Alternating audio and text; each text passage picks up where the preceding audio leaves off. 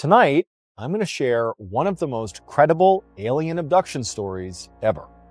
But before we get into that story, if you're a fan of the strange, dark, and mysterious delivered in story format, then you've come to the right campfire because that's all we do, and we upload 2, 3, even 4 times every week. So if that's of interest to you, the next time you go camping with the like button, wait until they're about to fall asleep, and then just pour a ton of itching powder in their only sleeping bag.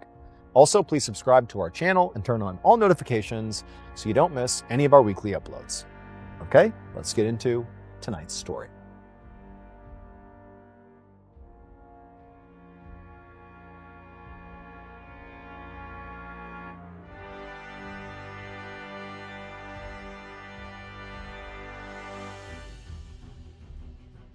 Around 3:30 p.m. on October 25th, 1974, a 41-year-old man named Carl Higdon drove his work truck along a paved road in the Medicine Bow National Forest, which is this huge nature preserve in southern Wyoming.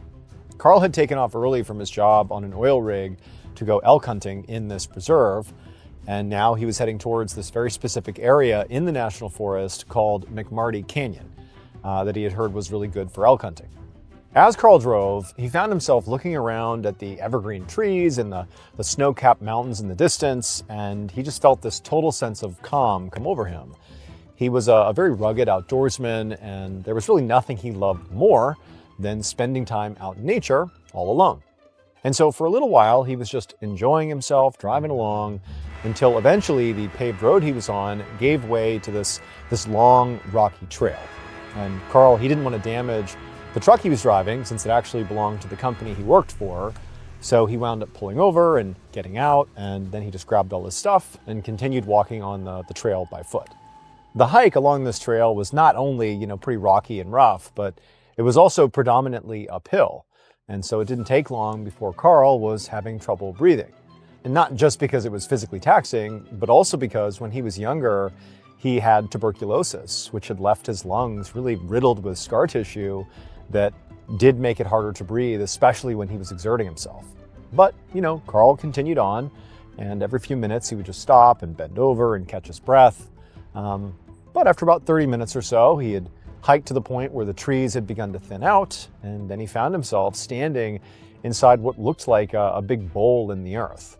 So this was McMarty Canyon, where he was, intending to go for this elk hunt. And, the reason it sort of felt like a bowl is because it was mostly just flat with some shrubs and grass, a few trees, and these tall hills out on the sides, sort of giving this impression of a bowl. And so Carl, he sort of just stopped and took stock of the area. And wouldn't you know it, when he looked straight across the canyon, the bowl, he saw a group of just 5 elk grazing in the distance. Like, this was unbelievably lucky. Here they are right away. And so Carl slowly began walking towards them, doing his best not to make any noise. And then when he was within shooting distance, he just stopped, raised his rifle, and he looked through his sights to aim at the first elk he saw, and then he pulled the trigger. But for some reason, when he pulled the trigger, the gun didn't go off. It didn't fire, or at least it didn't appear to. And certainly there wasn't any kickback. It just was like nothing happened. But then he saw something that just didn't make any logical sense. And at the same time he's experiencing this just insane phenomenon, he felt this massive wave of vertigo, and then he just sort of felt himself falling, and then he blacked out. The next thing Carl knew, he felt himself being shaken back and forth, and he sort of slowly began to blink his eyes, feeling very confused and disoriented. His head was pounding, it was clearly dark outside, and then he realized, sort of with horror, that somehow he was back inside of his work truck. But the surroundings outside of the truck definitely looked different, like the truck was parked in a different spot than where he'd left it. He suddenly felt himself getting shaken again, and then he heard someone say his name. And he looked up, and in the darkness, he saw there were 2 men that he didn't recognize who were clearly shaking him, trying to get his attention. And they tried to ask him, what was going on? But Carl's mouth sort of felt numb. And when he tried to speak, it's like the words came out garbled and nonsensical. And so at some point, these 2 men sort of gave up trying to talk to Carl, and they just lifted him up, pulled him out of the truck, and they carried him over to their vehicle. And, Carl heard them say something about a hospital, and then before long, their car was driving off, and then Carl blacked out again. About 30 minutes later, around midnight on October 26th, so this is 8 hours after Carl first blacked out, his wife Marjorie rushed into a hospital room at the Carbon County Memorial Hospital in Rawlins, Wyoming. And inside, she saw Carl lying on the bed, hooked up to an IV, and there were a bunch of monitors with a nurse standing beside him. And she saw, her husband's eyes were open, but clearly unfocused. And then as Marjorie is just standing there, taking in the initial shock of what she's seeing, the nurse actually pointed at her, at Marjorie, and then asked Carl if he knew who she, his wife, who she was. But Carl, he turned and he looked at Marjorie, but he just kind of stared blankly and then shook his head and said no. So earlier that evening, Marjorie had been at home, waiting for Carl to come back from his hunting trip. But when he hadn't shown up on time, she ultimately had called the sheriff's department and asked them to go to McMarty Canyon just to check on him. And so 2 deputies had gone out there and they found him, and he was unconscious in his truck. So those 2 deputies were the ones who obviously shook him awake and took him to the hospital. But interestingly, beyond the fact that the deputies had no idea what happened to him, they reported that his truck had been parked 3 miles away from the main road in this muddy bog. And strangely, there were no tire tracks leading to it. It was almost like it was just dropped in the bog with, Carl inside of it. But, despite this weirdness, the deputies, and Marjorie for that matter, were not concerned about, the weirdness around the truck. They were worried about Carl, who's just laying here unconscious. And so they had rushed him to the hospital, and Marjorie had driven there as fast as she could. A doctor had already explained to Marjorie that her husband was, clearly very disoriented and seemed to be suffering from a case of amnesia. He couldn't even remember his own name, let alone, what had happened to him while he was out in that canyon before the deputies showed up and found him passed out in his truck. Doctors had given Carl x-rays and brain scans and run all kinds of tests on him, but not only did they not find any evidence of some sort of head injury, that likely would have caused his amnesia, but they actually didn't find anything wrong with him at all. He seemed perfectly fine beyond him just showing up basically unconscious and disoriented. And so realistically, the staff told Marjorie that because they couldn't really find anything wrong with him, they didn't really know how to treat him. And so for now, Carl was just being kept in the hospital under constant observation. And so Marjorie just took a seat on the couch next to her husband's bed, sort of not even sure what to think of this whole situation. And she was about to ask the nurse a couple of questions, but then suddenly Carl sort of tensed up and began frantically looking around the room, like he really had something in mind that he was looking for. And then he began saying, where are my pills? Marjorie had no idea what pills her husband was talking about, and it was clear the nurse also didn't know what he was talking about. And so Marjorie, she reached out and just tried to grab her husband's hand to try to calm him down. But the moment she did that, Carl sort of stopped what he was doing and he yanked his hand away and stared at her like she was a total stranger. 2 days later, Carl still could not remember what had happened to him when he had gone hunting. But he had recovered some basic memories, like his own name and also who his wife was. And so between that and the fact that realistically Carl did not have any signs of any physical injury, the hospital discharged him and just sent him home with Marjorie and basically told her that he was probably fine and that he probably just needed to be in a familiar place to sort of recover all of his memories and get back to normal. However, when the couple got back home, it very quickly became clear to Marjorie that Carl was not okay and he was not getting better. For the most part, Carl was just unusually quiet at home, like uncharacteristically quiet. And then when he would speak, it often was in that frantic sort of nonsensical way that he had spoken in the hospital when he was, looking for his pills. And in fact, when he was home, he did continue to suddenly start looking for his pills. And then also he began telling Marjorie that, somebody had stolen his elk. Marjorie would try to ask him, what do you mean? What do you mean your pills? What do you mean somebody took your elk? What are you talking about?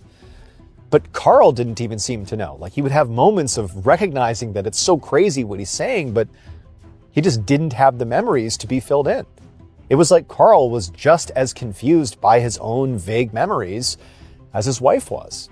However, a few days after they got home from the hospital, Carl suddenly told his wife that he'd actually remembered something really specific about what had happened when he was hunting, like a new memory had popped up in his mind. He told her that when he was in McMarty Canyon and he saw those elk and he raised his rifle and he pulled the trigger, he said there was no sound, there was no kickback, it was like nothing had happened.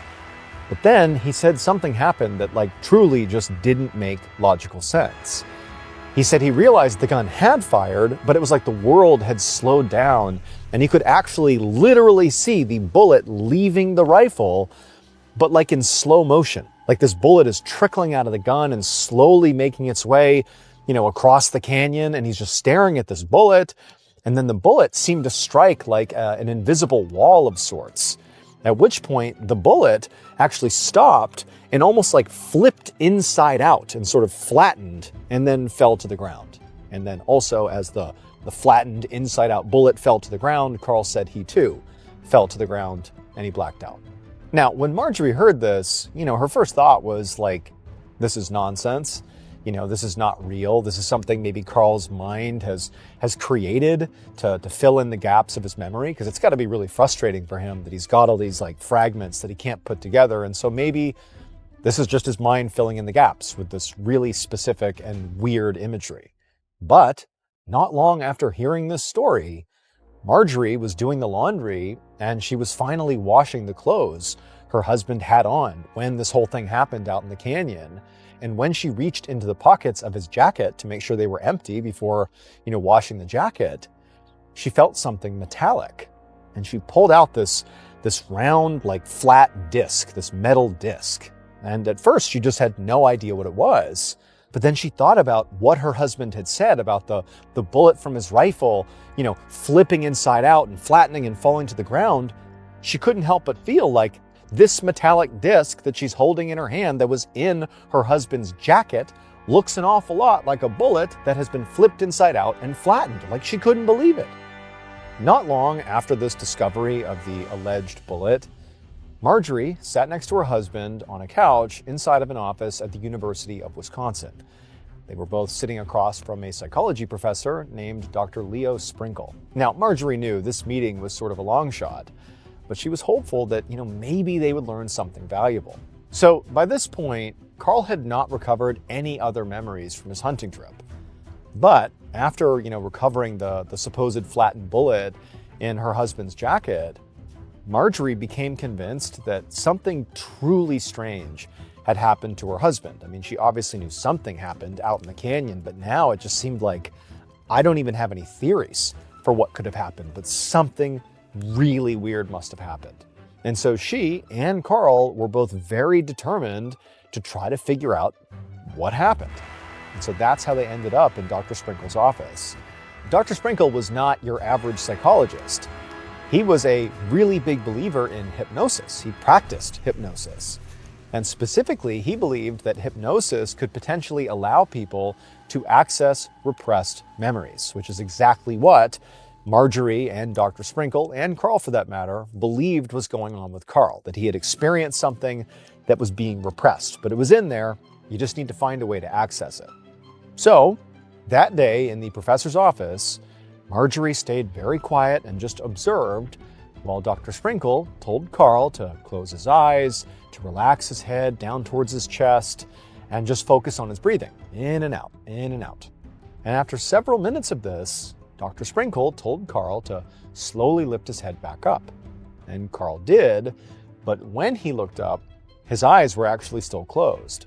And at this point, Dr. Sprinkle asked Carl to tell him what happened on October 25th when he went elk hunting in McMarty Canyon.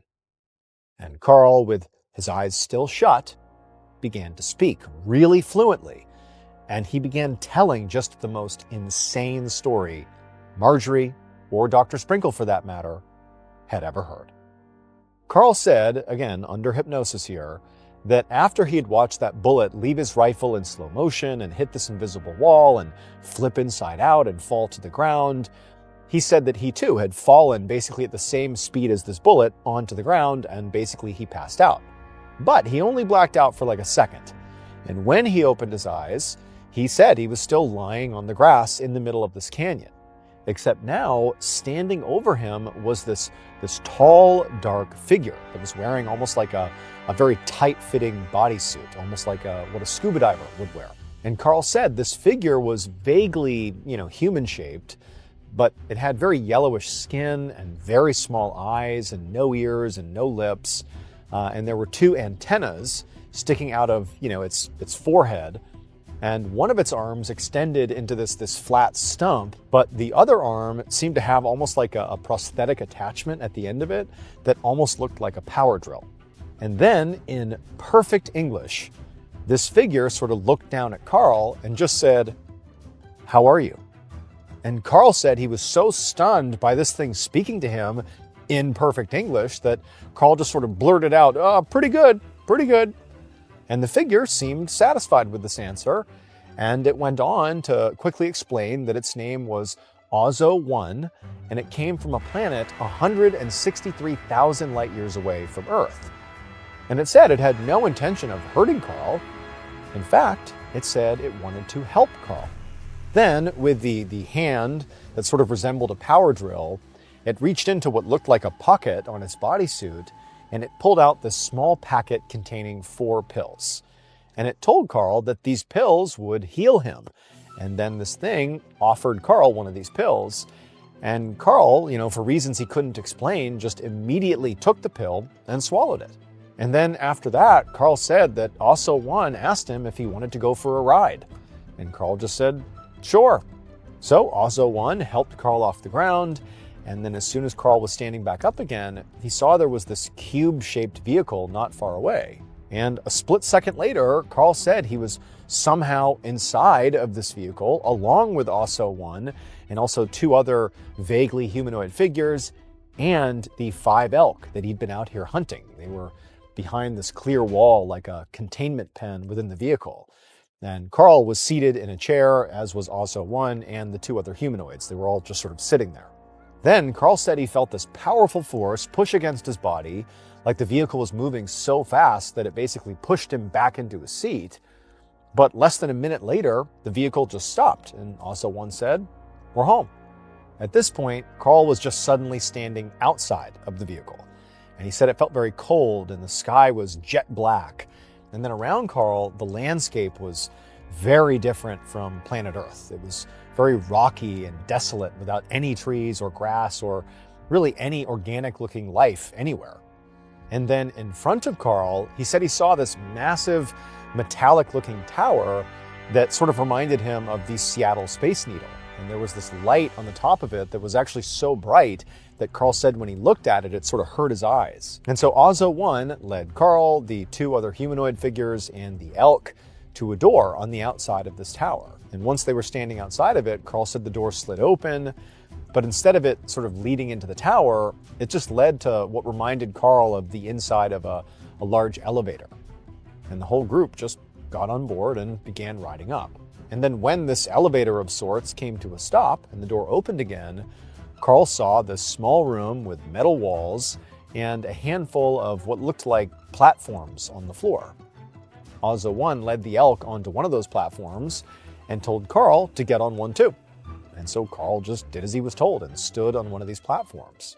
And then out of nowhere, some kind of high-tech device emerged from these metallic walls and began sort of circling around Carl.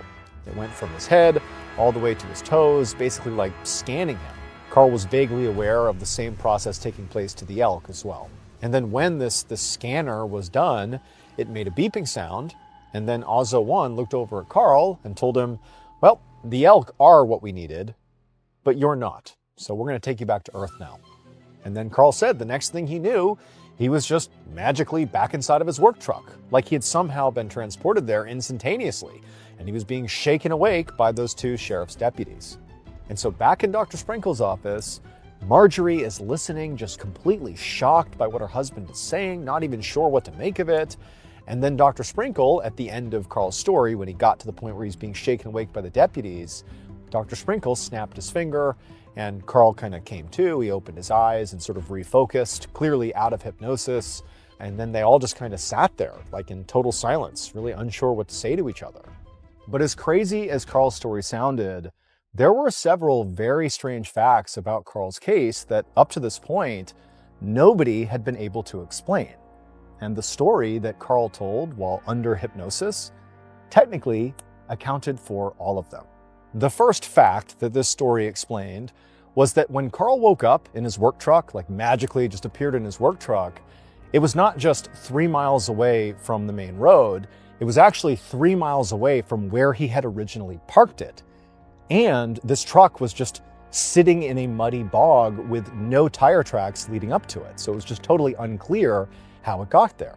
And so if you follow along with Carl's story, perhaps when he was transported back to Earth, they, this other creature and the other humanoids maneuvered the truck with Carl in it into this bog.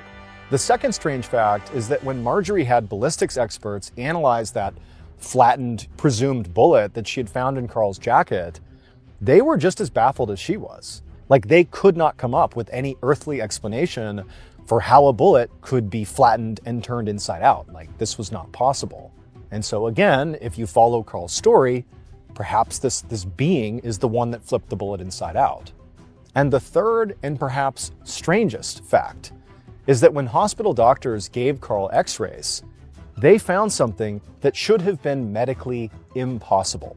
All of the tuberculosis scar tissue in Carl's lungs that had plagued him for decades, that had made it so hard to be physical and exercise, they had somehow disappeared.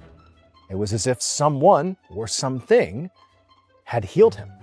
Despite how unbelievable Carl's story sounded, and despite the fact that hundreds of people have spent decades trying to disprove it, no one has ever found a better explanation for the moving truck, the impossible bullet, and Carl's disappearing scar tissue. Because of that, some researchers believe that Carl Higdon's account could be one of the most credible alien abduction stories ever recorded. All right, thank you all so much for joining me tonight at the campfire. And if you enjoyed this, remember, we actually have a whole playlist of campfire episodes that are ready for you to binge right now. If you want to do that, go ahead and click right here and give them a watch. All right, until next time, see ya. Both of our stories today are about people who are just looking for a solution to their problems. However, the solutions they settle on and ultimately use wind up being the worst thing that ever happened to them. But before we get into today's stories, if you're a fan of the strange, dark, and mysterious delivered in story format, then you've come to the right place, because that's all we do, and we upload 2, 3, even 4 times every week. So if that's of interest to you, on the next freezing cold day, go ahead and spray the Lake Button's driveway down with water, turning it into a skating rink. Also, please subscribe to our channel and turn on all notifications so you don't miss any of our weekly uploads.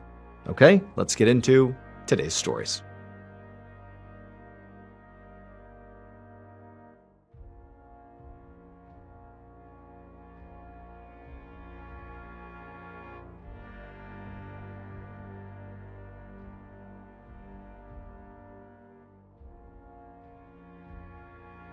On March 15, 2011, just after 1 p.m., 16-year-old Marcus Freeman sat behind the wheel of his dad's pickup truck, belting out the lyrics to one of his favorite songs on the radio as he and his girlfriend Carly drove down a highway in Northport, Florida. The pair had just left the dentist, where Marcus had just gotten some dental work done, and in fact his jaw was pretty sore. But he was basically singing right now, as was Carly, in order to distract himself from the pain. And for the most part, this worked, but every time a song ended, it's like all he could think about was just how sore his jaw was. But Marcus was not like your typical 16-year-old kid. He was sort of accustomed to having discomfort in his life, both physical discomfort and mental discomfort. And he really worked hard to be someone who was able to push through discomfort, including things like jaw pain.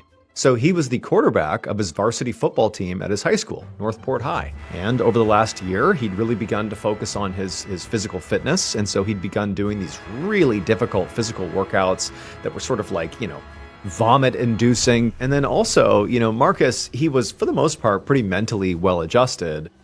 But, nerves were definitely a thing. He's the quarterback of the varsity high school team. He's only 16 years old. And so, nerves before games and just generally some level of anxiety sort of existed in his life. And so he would, work with a counselor at his school to try to overcome those nerves and try to manage those feelings when he was about to perform. So a different type of pain, but nonetheless, it's like this was a kid who was very forward-leaning when it came to sort of dealing with pain and discomfort and managing it. And all this hard work that Marcus was doing to sort of become the strongest version of himself he could be appeared to be paying off. Because, for example, the football team that he was the quarterback of, historically for years, they had been sort of terrible.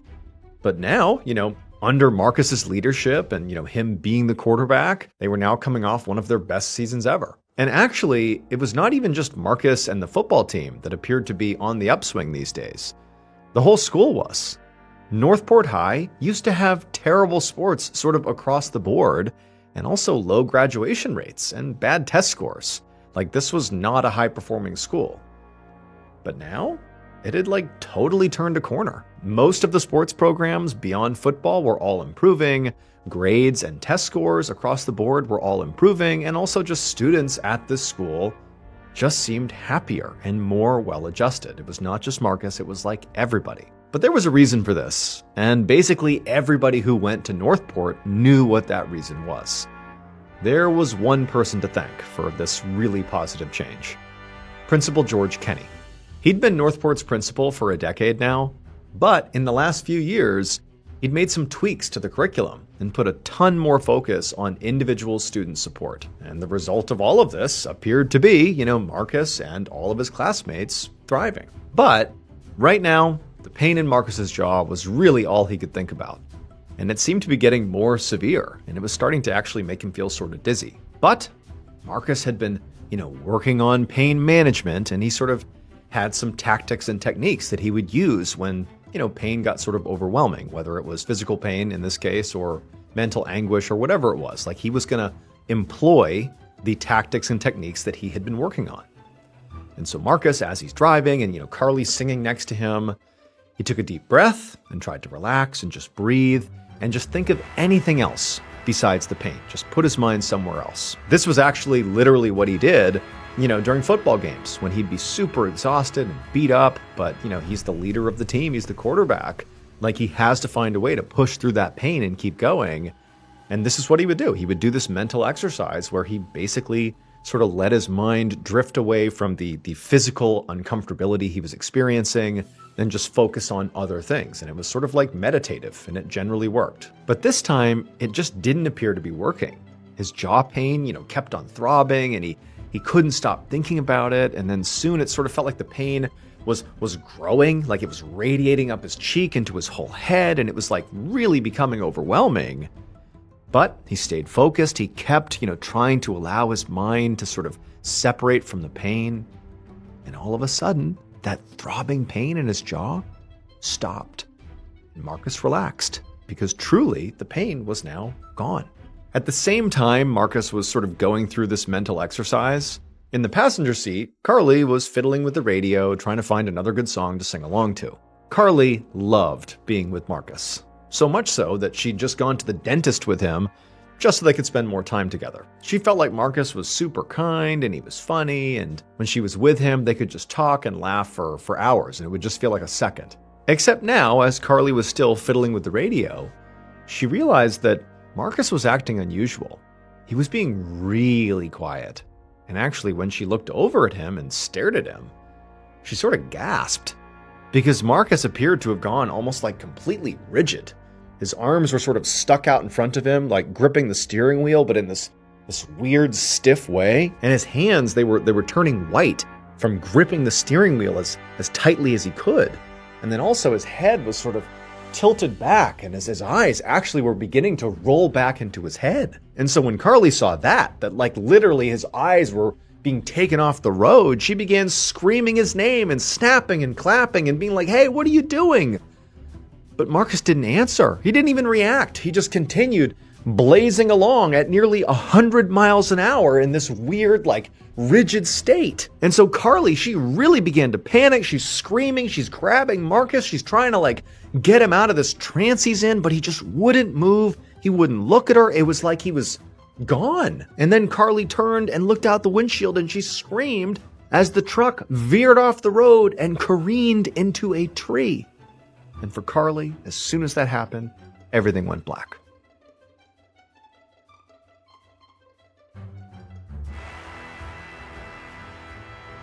A few hours later, Carly opened her eyes, and her whole body ached and her head pounded, and at first she really had no idea where she was. But then she heard beeping sounds, which were coming from these machines near her, and she looked around and saw the room she was in was very white, and she realized she was definitely in a hospital.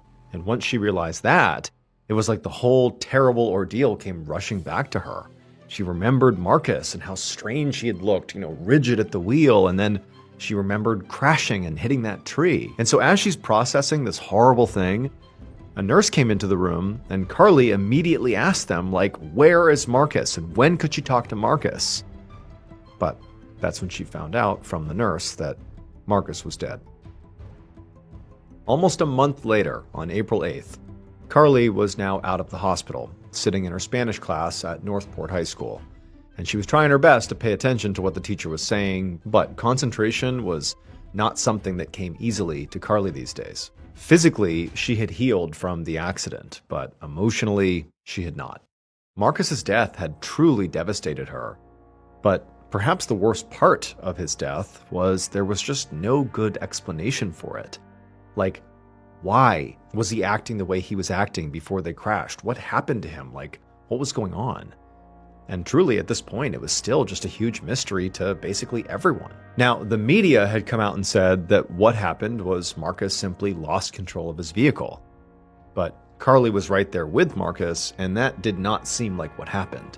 Again, Marcus, went into this trance of sorts, and it was him being sort of locked in that position that ultimately caused the car to, at 100 miles an hour, veer off the road and crash.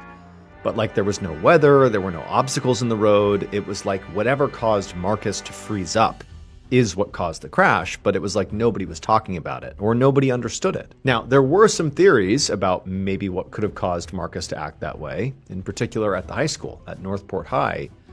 People believed that, maybe Marcus, when he was at the dentist, had gotten some kind of sedation that maybe he had had a bad reaction to, a late onset bad reaction while they were driving home, and that caused him to stiffen up.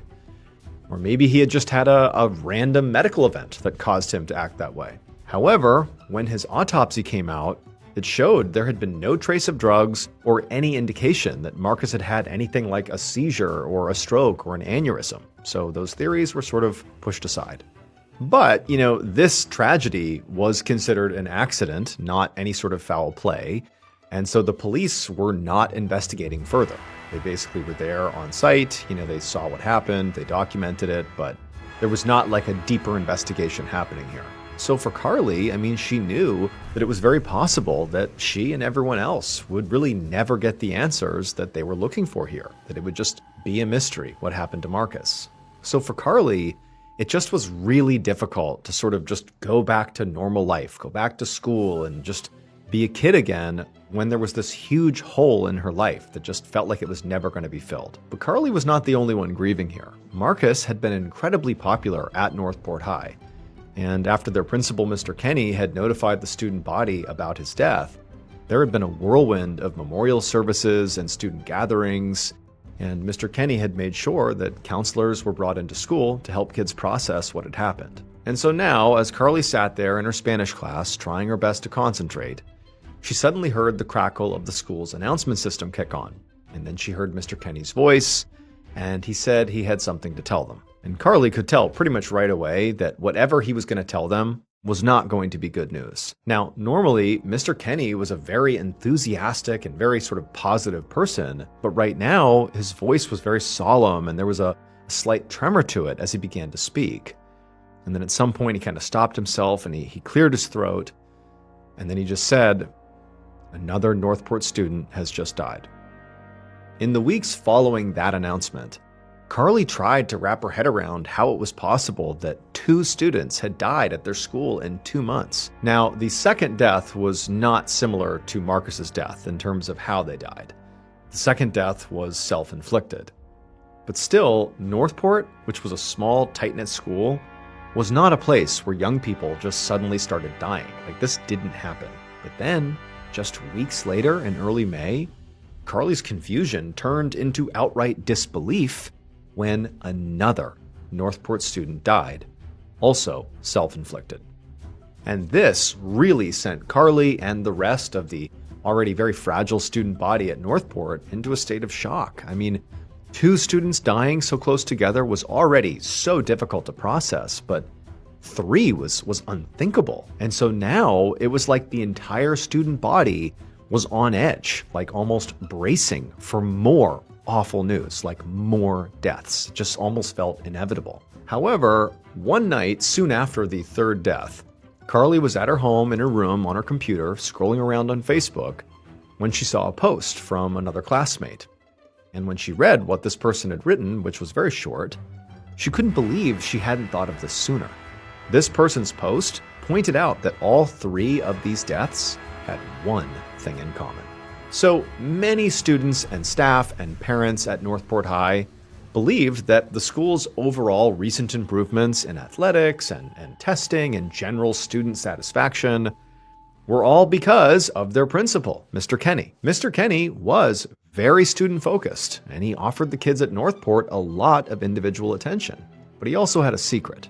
So over the last 3 years, Mr. Kenny had been meeting with students and staff members to resolve various personal issues like people's anxiety or pain management or mental health issues, test scores, being better at concentrating. Like, he was there and working with people to try to sort of make them the best version of themselves. To do this, he put the students and the staff members under hypnosis.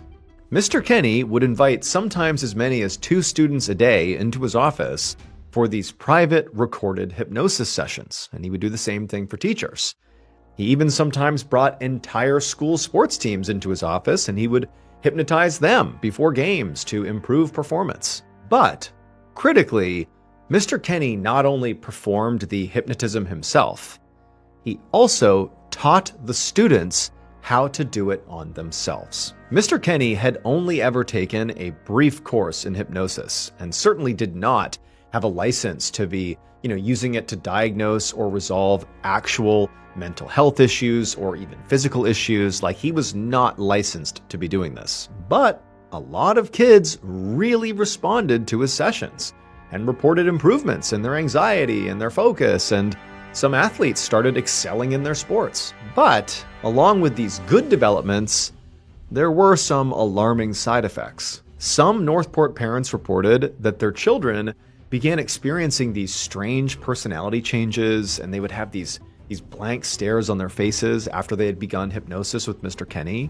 Others said that after these sessions, their child became disoriented or started doing things they wouldn't normally do, or began thinking about hurting themselves. And so after the 3rd student death, that Facebook post that Carly found had revealed that all 3 of those students had been repeatedly hypnotized by Mr. Kenny.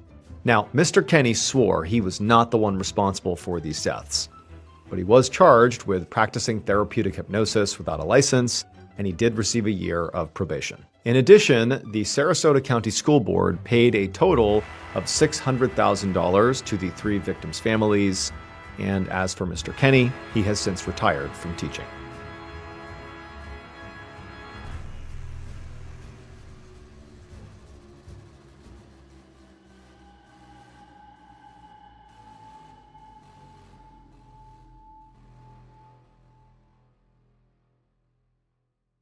Shortly after 8 p.m. on October 9, 1996, 31-year-old Anthony Irvin walked down a dark sidewalk in Philadelphia, Pennsylvania, towards a local grocery store.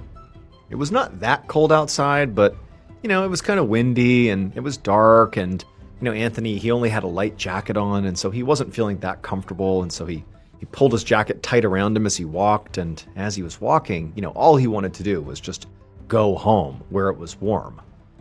But he couldn't. He really needed money first. Once he had money, then he could go home. So Anthony had a pretty tough life, and for the most part, he really was just a career criminal. He had not had a regular job in a very long time, and instead, when he needed money, like tonight, He would steal from local businesses, or he would mug people. In the past 9 years, he'd been arrested 8 times for things like robbery and assault. And so, for the most part, he was just a huge nuisance to the people in this neighborhood. Even if they felt bad for him, he was just a problem. But, despite how often he committed crimes, his crimes were always relatively petty. And so he really didn't serve much time at all in prison. He always ended up back out on the street, and he always ended up continuing to, be a problem. But tonight, though, as Anthony walked down the road, he was not thinking about how his behavior impacted his neighbors. He was thinking about finding some place or someone to rob. And tonight in particular, he thought, I'm going to look for a person. I need a target.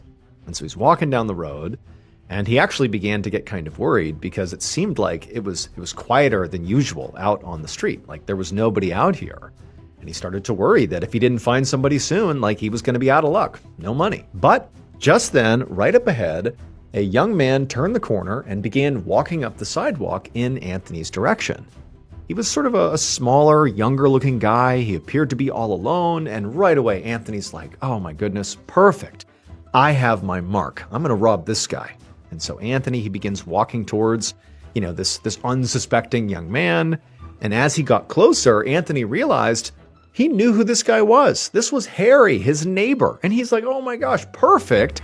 Because I know Harry is super soft-spoken and gentle, like he's so calm. He's not going to do anything. Like, he's going to be so easy to rob. Yeah, it's horrible to rob your neighbor. He's going to know I did it, but what's he going to do? So Anthony marches right up to Harry, and he stops right in front of him, blocking his path. And then Anthony delivers, his classic mugging threat. A few minutes later, a detective with the Philadelphia Police Department named Perry Kelly drove his cruiser fast down a city street.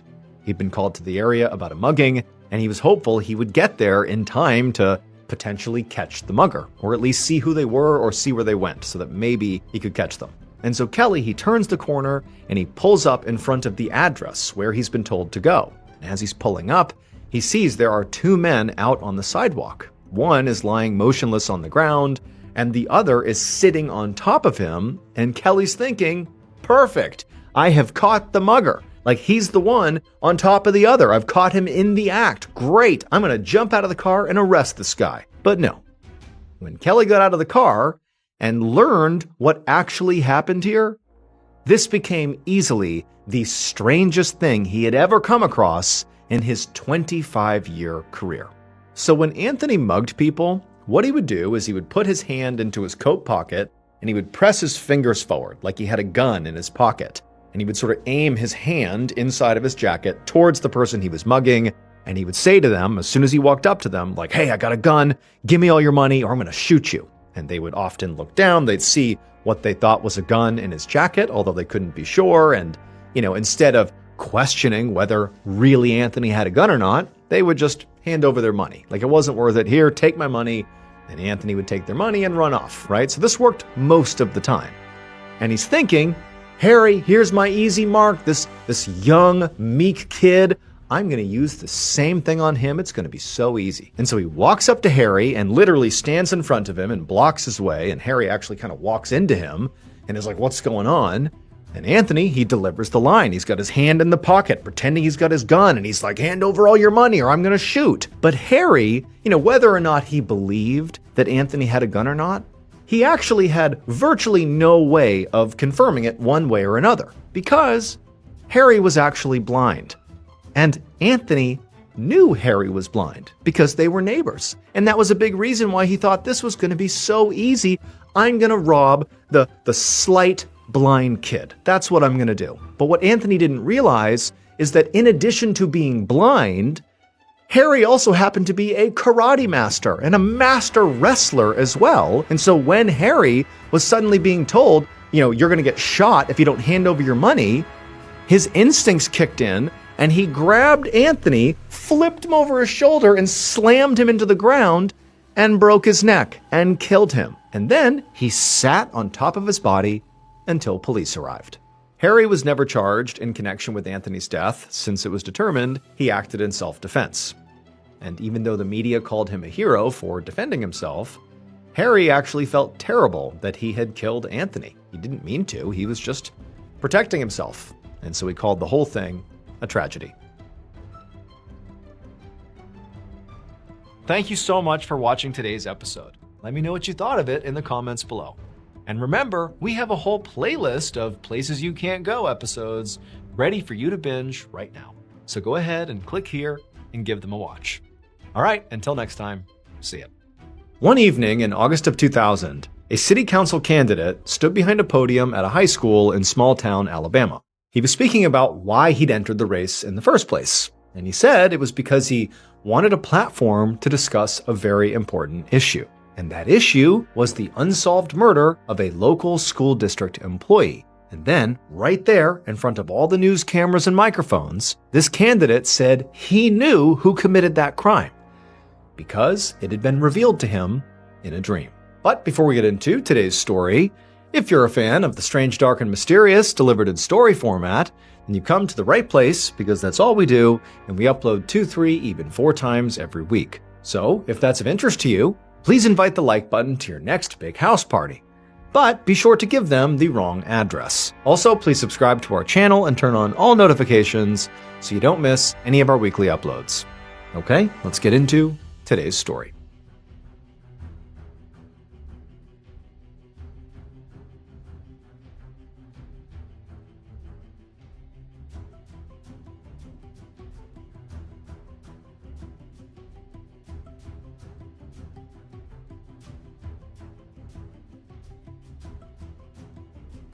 On the morning of August 4th, 1998, a 49-year-old woman named Charlotte Waits rushed around her kitchen in Lynette, Alabama. She reached past her husband Barry, who was washing the dishes at the sink, and she grabbed a coffee mug from the cupboard. It was a Tuesday morning, and they were both getting ready for busy days at work. Charlotte was a school administrator, and Barry was the acting mayor of the small town of Lynette, a very tight-knit community of about 9,000 residents. And as Barry left the sink to go grab his briefcase from the dining room, Charlotte, who was pouring herself some coffee, reminded him that she had a hair appointment later that morning, and also that she'd be home later than usual because she had a meeting with her attorneys that afternoon. So Charlotte was unfortunately in the middle of a legal battle with her cousin Wayne over the inheritance from her late uncle's will. The uncle had left a lot of valuable land to Charlotte, but Wayne thought that he deserved some of that land too. So basically, he was contesting the will, and today was the day that Charlotte, Wayne, and their attorneys were going to meet and attempt to hash it out. Barry asked Charlotte if she had decided what she was going to say at this meeting.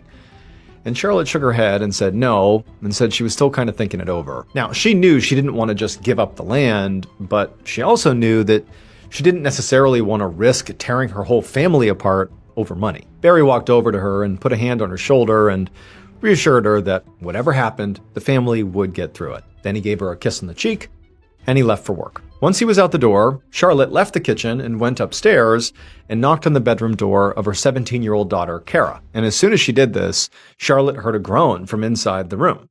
So Charlotte opened the door up, and she found Kara curled up in bed. And Kara was looking very tired and very pale. But, Charlotte knew this was not just a teenager who didn't want to, go to school or something. The reason that Kara looked the way she did and was sounding the way she did is because Kara was pregnant, and she was dealing with pretty obvious morning sickness. Now, Charlotte was not thrilled about her 17-year-old daughter being pregnant. But more than that, she was especially not thrilled because she absolutely hated Kara's boyfriend, Dave Reed. Dave drank and got into trouble with the law, and he just was not the kind of guy Charlotte wanted her daughter around. At one point, before Kara was pregnant, Charlotte and Barry had forbid her from seeing Dave. They said, "You cannot date him." But in secret, the two had continued to see each other, and now Kara was pregnant. And so Charlotte really couldn't help but feel deeply disappointed in her daughter.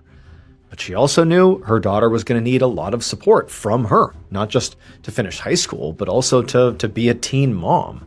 And so for right now, Charlotte was just trying to keep the peace. So with that in mind, Charlotte stepped into the bedroom and asked Kara how she was feeling. And Kara just kind of shrugged and said she was okay, just a little nauseous. Charlotte was sympathetic and nodded along and kind of helped straighten up her room for a second. And then she reminded Kara that her older sister Heather was coming home from college that night, and so it would be nice if they all had dinner together as a family. And Kara said, she did have a babysitting gig for basically the whole day, but she promised she would make it home for dinner.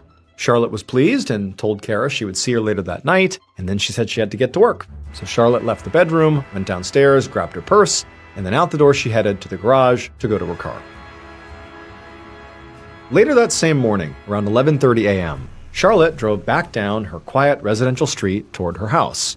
She lived in a respectable upper-middle-class neighborhood where basically all the neighbors seemed to know each other, and historically crime had been very low, although recently there had been a string of robberies in the area which had some people on edge, but for the most part, Charlotte and her family felt safe in their home. Charlotte was having a pretty hectic day. She'd had a very busy morning at work, and then she'd gone to the salon for a haircut, and pretty soon she had to get back to the office for a few more hours before her afternoon meeting with her cousin Wayne and all the lawyers. However, Charlotte never really liked how her hair looked right after leaving the salon, so first she wanted to stop by her house and restyle it herself before heading back to work and finishing up her day. So she pulled into her garage and ran inside the house and went straight upstairs right to the bathroom. And as she was plugging in her blow dryer, she heard a door open downstairs, and the sound surprised her because she thought that Kara was off at her babysitting gig, and Barry, her husband, usually didn't come home during his lunch break. So she set the blow dryer down and went to go see who it was. A few hours later, around 4:30 p.m., Charlotte's 21-year-old daughter, Heather, pulled up to the house. She'd just arrived from college, which was located a few towns away, and she was excited to see her parents and sister when they all got home from work that night. But as Heather parked her car in the driveway, she noticed something odd. She saw the garage door was open and her mom's car was parked there. And this surprised her because when she had spoken to her mom on the phone the day before, Charlotte had said she probably wouldn't be home until around 6. But Heather didn't think much of it. So she just grabbed her laundry hamper and a couple of grocery bags filled with her stuff out of the back seat of the car. And then as she walked into the garage to make her way into the house, she saw the door that led into the house was actually already open, but just a crack, which was kind of odd. Like there's no reason that door would be left open. And so now, sensing that maybe something was off here, Heather walked up and slowly pushed that door open, and she just called out for her mother to see what she was doing, but there was no answer. And so Heather stepped into the house, into the kitchen, and set down her hamper and the bags, and then she began walking around the first floor of the house to just see where her mom was. She didn't hear her, she couldn't see her. She's just walking around, and as she rounded the corner into the foyer, she saw her mom. But her mom was laying at the foot of the stairs, totally motionless. Heather immediately ran to her mom and just grabbed her to see if she was okay, but when she touched her mom's leg, it was ice cold. And so she ran into the other room, picked up the phone, and called 911. A few minutes later, Lieutenant Richard Carter of the Lynette Police Department sped down Charlotte's residential street with his lights flashing and siren blaring. He was responding to a 911 call about a woman who had been found unresponsive, and he'd been very surprised when the dispatcher told him whose house this woman had been found inside of. It was the home of the town's mayor, Barry Waits. Now, as he pulled up in front of the home, he saw this young woman come running out the front door, crying hysterically. And so Lieutenant Carter, he stopped his car, he got out, and he intercepted the young woman, who begged him to come in and help her mom. And so Carter and this young woman rushed over to the house, and then he told her to stay outside while he went in and investigated. And so she did. She stayed out front and just quietly wept to herself, while Lieutenant Carter stepped through the front door, and right away, right inside, he saw what appeared to be a middle-aged woman lying on her back at the bottom of a staircase, and she was totally motionless. Nearby, the contents of a purse were strewn all across the floor.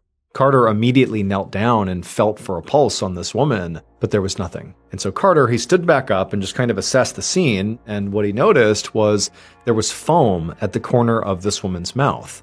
So he wondered if maybe she had had a seizure or some sort of allergic reaction at the top of the stairs and sort of had lost her balance and maybe fell down the stairs and the fall had killed her. But then he also noticed there were definitely a few drops of blood on the front of her blouse. And when he looked closer at her face, he noticed there were pretty obvious scratch marks on her chin and also a red mark around her neck. and he realized this woman likely had not just fallen down the stairs. She'd been attacked, beaten, and potentially strangled.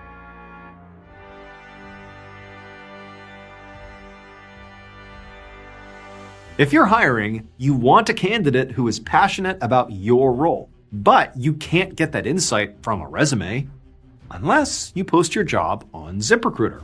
And now you can try it for free at ziprecruiter.com/ballen. I remember hiring someone who checked all the boxes, but what really sold it was just how interested they were. You could tell they had already bought into the role and wanted to grow with it, and that really made a huge difference. And that was thanks to ZipRecruiter's powerful matching technology that finds qualified candidates quickly.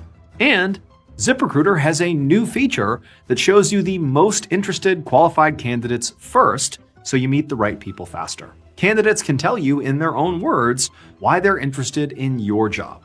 Find candidates who really want your job on ZipRecruiter. 4 out of 5 employers who post on ZipRecruiter get a quality candidate within the first day. Try it for free at ziprecruiter.com/ballen. Again, that's ziprecruiter.com/ballen. Meet your match on ZipRecruiter. Later that day, around 5 p.m., Lieutenant Richard Carter sorted through a pile of dirty laundry on the floor of Charlotte Waits' laundry room. For the past half hour, he'd been scouring the crime scene for clues, and now he was holding 2 white towels that were dotted with reddish-brown spots that looked like blood that had just begun to dry. He called over a forensics officer and told him to take the towels into evidence. He couldn't be sure yet that the blood was even Charlotte's, but if it was, it could be a potential clue. After searching the whole house, Carter actually had a pretty strong theory about what had happened to Charlotte. There were no signs of forced entry, and the TV and other valuables were still in the home. Charlotte's purse had been dumped out on the floor just a few feet away from the stairs, but her cash and her credit cards were still in her wallet. So Carter did not think this was a robbery gone wrong. He thought maybe the killer just kind of dumped out the purse at the end to make it seem like a robbery, but it was a weak attempt. This did not seem like a robbery. What this seemed like, at least to Carter at this point, was that Charlotte had been intentionally killed by somebody that she knew. But just then, Carter heard commotion by the front door, and so he went to go see what was going on, and he saw there was a man out on the doorstep literally being physically held back by 2 forensics officers. And then after a second, Carter recognized who it was. It was the town's mayor, Barry Waits, the victim's husband. The officers were trying to keep him outside, but Barry pushed past them, and right away, he saw what they were kind of keeping him from, which was his wife's body laying there on the floor, obviously dead.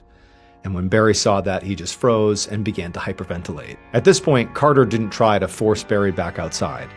Instead, he gently grabbed Barry's arm and led him into the next room and sat him down on the couch and just tried to get him to calm down, but it was like he couldn't. Barry was gasping and really was struggling to breathe. And then he actually doubled over and clutched at his chest. And Carter thought maybe he's having a heart attack. And so instead of trying to talk to him, he just yelled for somebody to call an ambulance. Later that same night, around 8 p.m., Lieutenant Carter stepped into the lobby of the local hospital's emergency department. He showed his badge to the nurse at the front desk and then asked to see Barry Waits. But the nurse said he would have to wait because they were still running tests on Barry and he couldn't have any visitors until they were sure he was stable. And Carter was pretty disappointed to hear this. Not because he was, desperate to get in there and console the mayor. It was actually because he needed to talk to the mayor. This is the spouse of a potential murder victim. He needed to know what Barry knew. And so he turned to leave, but before he did, he noticed sitting in the waiting room was Barry and Charlotte's daughter, Heather, who, Carter and Heather, they had spoken for a few minutes back at the house earlier that day when, Heather was the one who came running out and directed him into the house. They had spoken a little bit, but Carter thought, if I can't talk to Barry, maybe I can talk to Heather. Maybe she's calmed down enough that we could have a real conversation right now. And so he walked over to her. As Carter approached, Heather looked up and definitely recognized who he was and sort of gave off body language that it was okay for him to come and sit down. And so Carter, he walked over, he sat down next to her, and he saw there was actually another girl, a teenager, who was sitting next to Heather, and Heather quickly turned and pointed to her and said this was her younger sister, Kara. Lieutenant Carter nodded and introduced himself to Kara, and then he asked both women, how was their dad doing? And Heather said that the doctors so far believed he was not having a heart attack, that it was likely a panic attack, but they were going to monitor him overnight just to be sure. Both of the girls seemed very upset. They had tears in their eyes. They both appeared to be in shock. They hadn't done anything suspicious, really. But Carter knew he couldn't just rule them out as suspects yet. Like, he had to really ask them some pointed questions. So he took out his notebook, and as delicately as he could, he began asking them some questions. So by this point, Carter's officers had already learned that Charlotte had left her work around 11 a.m. that morning. And it was not until about 1 p.m. that her coworkers called her house because she had not come back to work. And they said there was no answer. And so that meant the murder had likely taken place sometime between 11 a.m. and 1 p.m. So with that in mind, Carter asked Heather and Kara where they'd been that morning and afternoon, with a focus on 11 to 1. Kara told him she'd been babysitting all day. And Heather said she'd been at her school, her college, which was 30 miles away, until around 4 p.m. that afternoon when she had left to drive to her parents' house. At some point, Carter asked both of them if they had any idea if there was someone out there who might have had a grudge against their mother, or who might have wanted to hurt their mom, or who might have, been happy if something happened to her. And the girls immediately shook their head and said, absolutely not. There was no one. I mean, their mom was awesome. Everybody seemed to like her, and they were a happy, normal family. There was no issues they knew of. Carter jotted all this down in his notebook, and his plan was to check out the daughters' alibis as soon as he got back to the station. The next day, Lieutenant Carter was at the precinct debriefing with the other investigators on Charlotte's case. He'd listened to the local news on the radio while driving to work that morning, and since Charlotte was the acting mayor's wife, her murder was all anybody in town could talk about. So Carter was really feeling a lot of pressure to solve this case quickly. Now, by this point, he had already followed up on Heather and Kara's alibis, and they had both checked out. Neither of the daughters could have been home between 11 and 1. So Carter had officially ruled them out as suspects. And so now the other officers were going around the room, basically updating Carter on what they had done the night before. And Carter was admittedly a little frustrated to hear that after they had questioned Charlotte's neighbors and coworkers right after they had gotten to the scene, that had not led to any new suspects. And also, another point of frustration was the one person who likely would be able to help them the most, at least at this point in the investigation, was the acting mayor, Barry, Charlotte's husband. But he was still in the hospital and so was not being allowed to speak to them. But just as Carter and the others were sort of scratching their heads wondering what they were going to do next, the front door of the precinct opened, and who walked in but Barry Waits. A few minutes later, Lieutenant Carter and Barry were sitting in Carter's office. Barry said he had just been released from the hospital, and they had determined that his heart was fine, and he really had just had a panic attack. So as soon as he was out of the hospital, he'd come right over here to see what he could do to help with the investigation. And so Carter asked Barry to walk him through what he had done the previous day, the day Charlotte was killed. Barry said that on top of being the acting mayor, he was also the head of the local National Guard armory, and he had been attending to business at the armory all day. He did say he left at some point to get a haircut, maybe mid-morning, but the barbershop was closed, so he went right back to work, and he had stayed there until around 4:30, when he got a panicked phone call from his daughter Heather telling him their mom was unresponsive in the house. As Barry spoke, Carter actually primarily was just looking at Barry's hands and arms to see if there were any scratches or cuts or bruises, because the running theory, based on what they saw at the crime scene, is that Charlotte put up a fight against her attacker before she was killed, and so presumably there should be wounds of some kind on the attacker, and probably on their hands and arms. But as Carter stared at Barry, there were no visible injuries at all. And also, Barry's story seemed very linear, very simple, and he seemed very earnest about it and eager to help. And so, Carter couldn't just jump to conclusions and assume that Barry was, telling the truth and that he was not a suspect here. But Carter's first impression was that Barry was telling the truth. At some point, Carter kind of shifted the conversation and asked Barry if he had any idea about who might have wanted to hurt his wife. And Barry said, yes, he did. There were actually 2 people who would definitely benefit from Charlotte being dead. He said the first person was this guy named Dave Reed, who was actually their daughter Kara's boyfriend.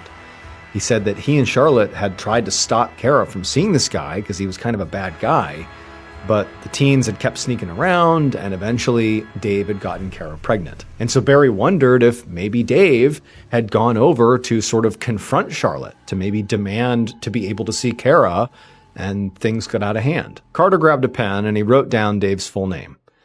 Then he asked about the second person who had been a problem with Charlotte. He explained that his wife and her cousin were in the middle of this contentious dispute over an inheritance. In fact, he said Charlotte had been scheduled to meet with Wayne and their attorneys the same day that she was killed. And when he heard this, Carter sat up in his chair because he thought to himself that the timing here could not be a coincidence. The cousin was suddenly his top suspect. The following day, Carter walked into an interrogation room at the Lynette police station, and he sat down across the table from two people, Wayne Rice and his attorney. When Carter had called Wayne to set up this meeting, Wayne had responded by saying he would not say a word without his lawyer present. And this made Carter pretty suspicious because during this very brief phone call, Carter had never even suggested to Wayne that he was a suspect in his cousin's murder. So when Carter sat down with Wayne and his lawyer, he pretty much leaned right in and grilled Wayne. He wanted to know what was going on with this inheritance. Wayne said he knew that his contesting their uncle's will had caused a lot of problems within the family. But he said that he hadn't wished any harm on Charlotte. And in fact, she'd been his best ally at the time of her death. Carter asked him to explain what he meant by that. And Wayne said that the last time he spoke to Charlotte, she seemed to be in favor of giving him some of the land that their uncle had left to her. According to Wayne, Charlotte had said she was really upset about the family being torn apart over money, and she felt like keeping all the land for herself was just not worth it. And when Carter heard this, he was pretty surprised, because Barry had made it sound like Charlotte had no intention of giving up the land to Wayne, like that wasn't even an option. So Carter wondered if anything Wayne was saying here was even true. He asked Wayne for his alibi, and Wayne said he'd literally been at work all day at an aluminum processing plant just outside of town. He said he hadn't even left for lunch, something he typically did, like he was at work truly all day. And then he also gave Carter the names of several coworkers who could confirm his whereabouts. Before Carter let Wayne go, he asked him if he could take his fingerprints. And Wayne immediately looked at his attorney, and his attorney kind of nodded at him. And so Wayne looked at Carter and said, okay. Later that same day, Carter sat down with the other suspect on his list, Kara's boyfriend, Dave. Dave was very moody and standoffish and just seemed kind of annoyed that he was even there. When Carter asked him if he knew why he'd been called to the station in the first place, Dave just kind of sighed and said, yeah, I do. He'd heard about what happened to Kara's mother, and he knew, given his contentious relationship with her and her husband, that of course he was going to be viewed as a suspect, which to him was absurd. And so Carter actually just asked Dave point blank about his relationship with Kara's parents. And Dave would admit that, yeah, they definitely didn't like him. But Dave insisted he would never hurt Charlotte, or Barry for that matter, and he hadn't even been in town the day that she was killed. He'd been at work all day at a landscaping job miles away. Carter asked for the names of some of Dave's coworkers to verify his alibi. And he also asked him to provide his fingerprints, to which Dave sort of rolled his eyes and said, you're wasting your time. But he said he would do it just because he wanted to clear his name. A couple of weeks later, in the middle of August, Lieutenant Carter sat at his desk flipping through Charlotte's autopsy report, which he had just received from the medical examiner. And he realized that Charlotte's murder had been even more brutal than he had thought. It turned out the murder weapon had been Charlotte's own blouse. Her killer had grabbed the strings dangling from her neckline and then used them to strangle her to death. She'd also received a pretty serious head injury that could have been fatal on its own, and she also had a broken wrist. Now, this level of violence made Carter feel even more sure that this murder had to have been personal. But as he read deeper into the report, the evidence seemed to paint a different picture. There were 3 sets of fingerprints found at the crime scene, and 2 of them belonged to Barry and Kara, which was not a surprise because they lived in the house. But the 3rd set of prints was actually unidentified, and it wasn't a match for any of the suspects on Carter's radar, including Kara's boyfriend Dave and Charlotte's cousin Wayne. So at this point, Lieutenant Carter just felt kind of stuck. Also, Barry, Wayne, and Dave's alibis had all checked out as well, so truly his list of suspects was basically down to 0. So if Charlotte had been killed by someone she knew, which was the initial running theory, Carter was going to have to dig even harder to find out who it was.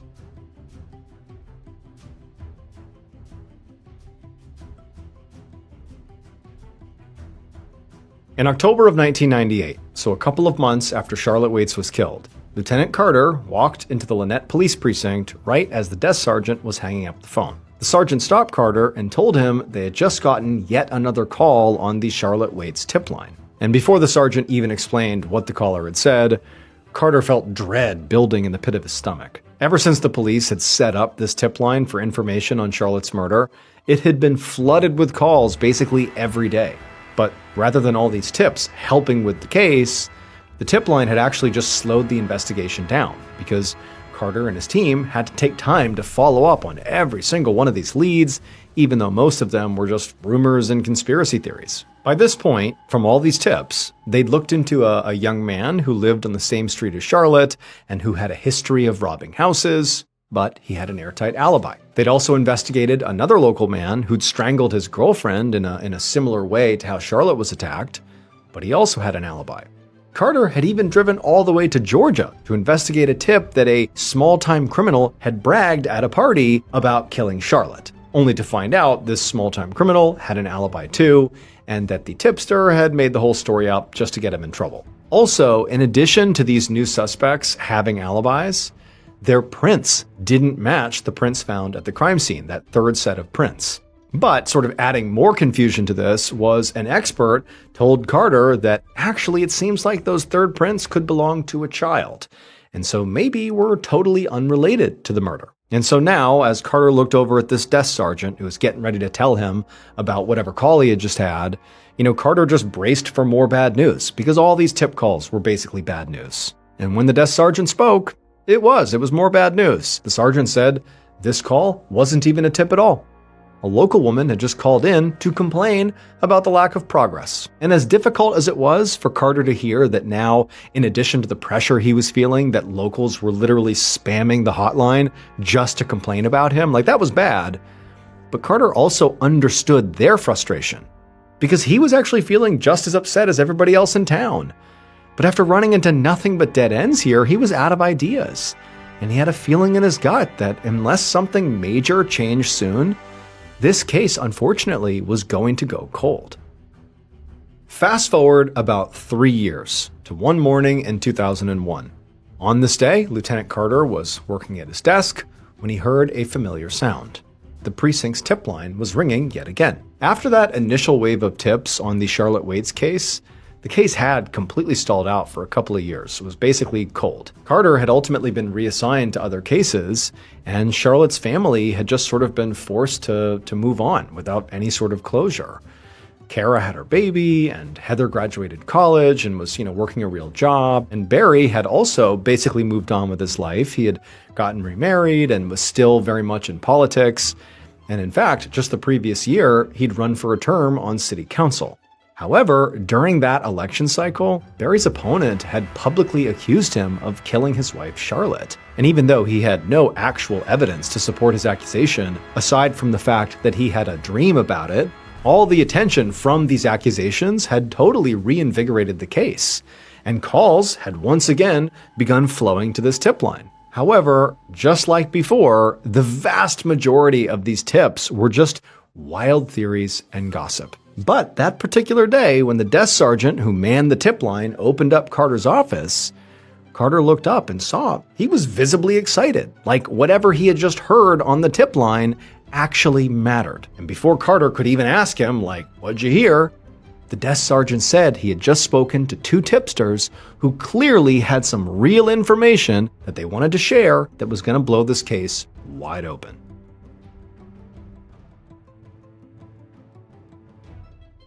Based on that crucial tip, forensic evidence, and witness testimony, this is what police believe happened to Charlotte Waits on August 4th, 1998.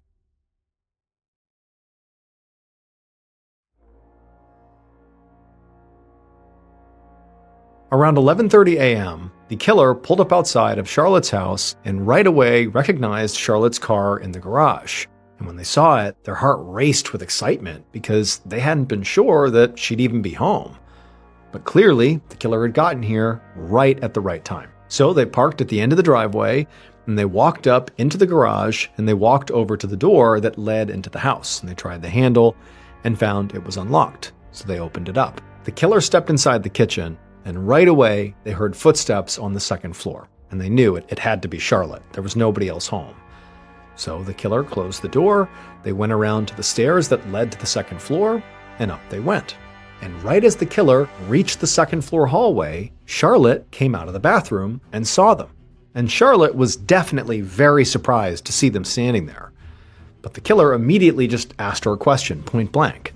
And when she answered the question, it was not what the killer wanted to hear. And so the killer tried to get her to change her mind, to answer this question differently, but the conversation quickly escalated into a full-blown argument. And then the killer just totally lost their temper and hit Charlotte across the face. Blood immediately began pouring out of Charlotte's nose, and kind of stunned, she just kind of stepped back and went back into the bathroom to grab a towel to blot her face with it. Now at this point, the killer knew they had crossed a line. And so persuading Charlotte at this point to do what they wanted was clearly out of the question. Like, this was a no going back moment. So as Charlotte came out of the bathroom with this towel on her face looking totally shaken up, the killer walked up and grabbed her from behind, and they clutched the strings that were hanging from the neckline of her blouse, and they pulled them tight around her neck. And so Charlotte began gasping for breath and trying to fight them off, but the killer absolutely had her in this chokehold. And then finally, when Charlotte had lost enough oxygen that she stopped struggling, the killer let go of the strings and then kicked her down the staircase. And when the killer saw what they had done, when they saw Charlotte at the base of the stairs, obviously motionless, very likely dead, the reality of what they had just done, it hit them. And so in a panic, they grabbed the bloody towel that Charlotte had dropped. She was using to blot her nose, but she had dropped it on the ground. They grabbed that and they rushed down the stairs and kind of cleaned up the rest of the blood on Charlotte's face, and then dumped the towels in the laundry room. Then they grabbed Charlotte's purse off the table and kind of scattered its contents on the floor near her body, hoping the police would think this was a robbery gone wrong. And then after that, they fled the house, got back in their car, and hurried back to work at the National Guard Armory before anyone even noticed they were gone. The killer was Lynette, Alabama's mayor, and Charlotte's own husband, Barry Waits. Barry had secretly gotten into a lot of debt, and he needed the full inheritance from Charlotte's uncle to pay it off. And so when Barry went to his own home in the middle of the day and basically confronted Charlotte and asked her, "What do you plan to do at this meeting with Wayne? Are you going to give him some of this inheritance?" And she told him that yes, her plan was to settle and split the inheritance. Well, when Barry heard that, he snapped and he killed his wife. Not just because he was mad at her for her decision, but also because he needed more money. He's thinking, okay, I'm going to get half of this inheritance because she's given the other half to Wayne, but if I kill her, I'll get her life insurance policy, and then together, I'll have enough to pay off my debts. However, when the insurance company went to pay out the claim, because Barry early on in the investigation was clearly a suspect in his wife's murder, the company would not pay him the money. Instead, they paid the insurance money to their daughters. But a couple of years later, Barry still tried to get his hands on that money by tricking his own daughters into signing it over to him. But when Heather and Kara realized what he was doing, they finally saw their father for what he was. And so it was the daughters who were the tipsters who broke this case wide open. They told Lieutenant Carter everything they knew about their dad's very suspicious behavior, along with his clear financial motives for the murder. They also said that their father had intimidated them into hiding information from the police and had even called in fake tips to redirect attention away from himself. Barry Waits was arrested in February of 2006, and 9 months later, he was found guilty of first-degree murder. He was sentenced to 40 years in prison.